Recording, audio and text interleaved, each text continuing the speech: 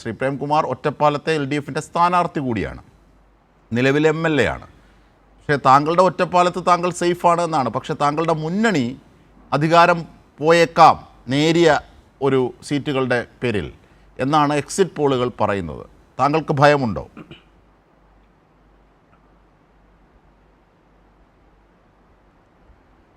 ഒരിക്കലും ഭയമില്ല. കാരണം ജനങ്ങളെ ചേർത്ത് പിടിച്ച ഒരു ഗവൺമെൻറ്റാണ് കേരളത്തിലെ ഇടതുപക്ഷ ജനാധിപത്യ മുന്നണി ഗവൺമെൻറ്. കഴിഞ്ഞ ലോക്സഭാ തെരഞ്ഞെടുപ്പിലെയും അതിനുശേഷം നടന്ന തദ്ദേശ ഭരണ തെരഞ്ഞെടുപ്പിലെയും സാമൂഹ്യ സാഹചര്യങ്ങളിൽ നിന്ന് വ്യത്യസ്തമായി ജനങ്ങൾക്ക് നൽകിയ വാഗ്ദാനങ്ങൾ പൂർണ്ണമായും പാലിക്കാനും വലിയ പ്രയാസങ്ങൾക്കും പ്രതിസന്ധികൾക്കും നടുവിലും നൽകിയ വാഗ്ദാനങ്ങൾ പാലിച്ച് മുന്നോട്ട് പോകാനും സർക്കാരിന് കഴിഞ്ഞു എന്നത് ഏറെ അഭിമാനത്തോടെയാണ് കാണുന്നത്. ഞാനതിൻ്റെ മറ്റ് വിശദാംശങ്ങളിലേക്ക് പോവുകയല്ല. നിങ്ങൾ നോക്കൂ, തദ്ദേശ ഭരണ തിരഞ്ഞെടുപ്പ് സമയത്ത് സ്ത്രീ സുരക്ഷയുമായി ബന്ധപ്പെട്ട പെൻഷൻ്റെ കാര്യത്തിൽ ഇത് കേവലം ജനങ്ങളെ തെറ്റിദ്ധരിപ്പിക്കാനും ഒരുപക്ഷെ പറ്റിക്കാനുമുള്ള ഒരു ഏർപ്പാടാണ് എന്ന പ്രചരണത്തിന് സ്വാഭാവികമായും അതിൻ്റെ ഗുണഭോക്താക്കളല്ലാതിരുന്ന സ്ത്രീ സമൂഹത്തിൽ ആ പെൻഷൻ ലഭിക്കേണ്ട വിഭാഗത്തിൽപ്പെട്ട ആളുകൾ അങ്ങനെ ചിന്തിച്ചിട്ടുണ്ടാകാം. എന്നാൽ അവരുടെ എല്ലാം കൈകളിലേക്ക് ലോകത്ത് തന്നെ ആദ്യമായിട്ട് സ്ത്രീകൾ, വീട്ടിലിരിക്കുന്ന സ്ത്രീകൾ അവർ ചെയ്യുന്ന ജോലിക്ക് അംഗീകാരവും അന്തസ്സുമുണ്ട് എന്നൊരു സർക്കാർ അടയാളപ്പെടുത്തുകയും അതവർക്ക് ലഭ്യമാക്കുകയും ചെയ്തു എന്നത് ഏറ്റവും അഭിമാനകരമായിട്ടുള്ളൊരു കാര്യമാണ്. മറ്റ് രണ്ട് തെരഞ്ഞെടുപ്പുകളിൽ നിന്ന് വ്യത്യസ്തമായി അതിൻ്റെ തുടർച്ചയായിട്ടാണ് വന്നതെങ്കിൽ പോലും കേരളത്തിൽ നേരത്തെ ഉണ്ടായിരുന്ന ഒരു താരതമ്യം ഒന്നാം പിണറായി സർക്കാർ, രണ്ടാം പിണറായി സർക്കാർ എന്ന മട്ടിൽ ഉണ്ടായിരുന്നു. എന്നാൽ രണ്ടാം പിണറായി സർക്കാരിൻ്റെ കാലത്ത് ഒടുവിലത്തെ ഏതാണ്ട് ഒരു 3 മാസക്കാലം വികസന പ്രവർത്തനങ്ങളുടെ പൂർത്തീകരണത്തിൻ്റെ ഒരു ഘോഷയാത്ര നമുക്ക് കാണാൻ സാധിക്കും. ഇടതുപക്ഷത്തിന് മാത്രമേ അഴിമതിരഹിതമായ വികസനം സാധ്യമാക്കാൻ കഴിയൂ എന്ന് പൊതുസമൂഹം ചിന്തിച്ചൊരു തെരഞ്ഞെടുപ്പ് കൂടിയായി ഈ തെരഞ്ഞെടുപ്പിനെ നമുക്ക് കാണാൻ പറ്റും.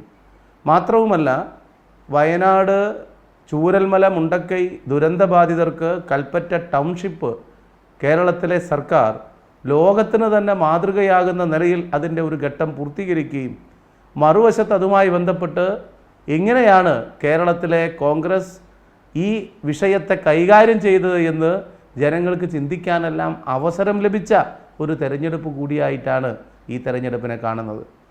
ഞാൻ സ്വാഭാവികമായിട്ടും ഇടതുപക്ഷത്തെ ന്യായീകരിക്കുന്ന ഒരാൾ എന്ന മട്ടിൽ ചിത്രീകരിക്കാൻ സ്വാഭാവികമായും സാധ്യതയുണ്ട്. പക്ഷെ ഒരു കാര്യം ഉറപ്പിച്ച് പറയാൻ പറ്റും, എക്സിറ്റ് പോളുകളുടെ അനുമാനങ്ങളെയെല്ലാം സ്വാഭാവികമായും അതല്ല വസ്തുത എന്ന് ബോധ്യപ്പെടുന്ന ഫലമായിരിക്കും മെയ് 4 വോട്ടെണ്ണുമ്പോൾ വരിക. കേരളത്തിൽ ഇടതുപക്ഷ ജനാധിപത്യ മുന്നണി ഗവൺമെൻറ് നടപ്പിലാക്കിയ അഴിമതിരഹിത ജനക്ഷേമ വികസന പ്രവർത്തനങ്ങൾക്കുള്ള അംഗീകാരം ഈ തെരഞ്ഞെടുപ്പിൽ ഒറ്റപ്പാലം മണ്ഡലത്തിൽ മാത്രമാണ്.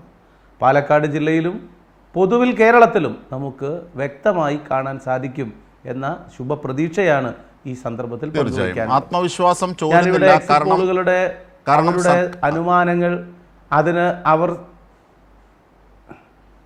ശരി. ഞാൻ തിരിച്ചെത്താം ശ്രീ പ്രേംകുമാർ, ഞാൻ തിരിച്ചെത്താം. അതായത് ആത്മവിശ്വാസത്തിന് ഒട്ടും കുറവില്ല. കാരണം ഫീൽഡിൽ നേരിട്ട് ഒറ്റപ്പാലത്തിലൂടെ തൊട്ടറിഞ്ഞ കാര്യം, കേരളത്തിൽ ആകമാനം ഉള്ള രാഷ്ട്രീയത്തിൻ്റെ സംഭവഗതികളൊക്കെ പരിശോധിക്കുമ്പോൾ ഈ എക്സിറ്റ് പോളുകളെക്കാൾ ഈ പോളുകളൊക്കെ തെറ്റുകയും അതിനേക്കാൾ നല്ലൊരു വിജയം തങ്ങൾക്കുണ്ടാകുമെന്ന ആത്മവിശ്വാസത്തിന് ഒരു വിധത്തിലും എക്സിറ്റ് പോളുകൾ കോട്ടം വരുത്തുന്നില്ല എന്നാണ്. അതും അദ്ദേഹം അതിൻ്റെ ഒരു തരത്തിൽ അദ്ദേഹം സ്റ്റാറ്റിസ്റ്റിക്സ് ഉപയോഗിച്ച് തന്നെയാണ് സംസാരിച്ചത്. എന്തൊക്കെയാണ് അതിൽ ഘടകങ്ങളാകുന്നതെന്ന് നമുക്കത് കൂടുതൽ ആഴത്തിൽ നമുക്ക് പരിശോധിക്കാം.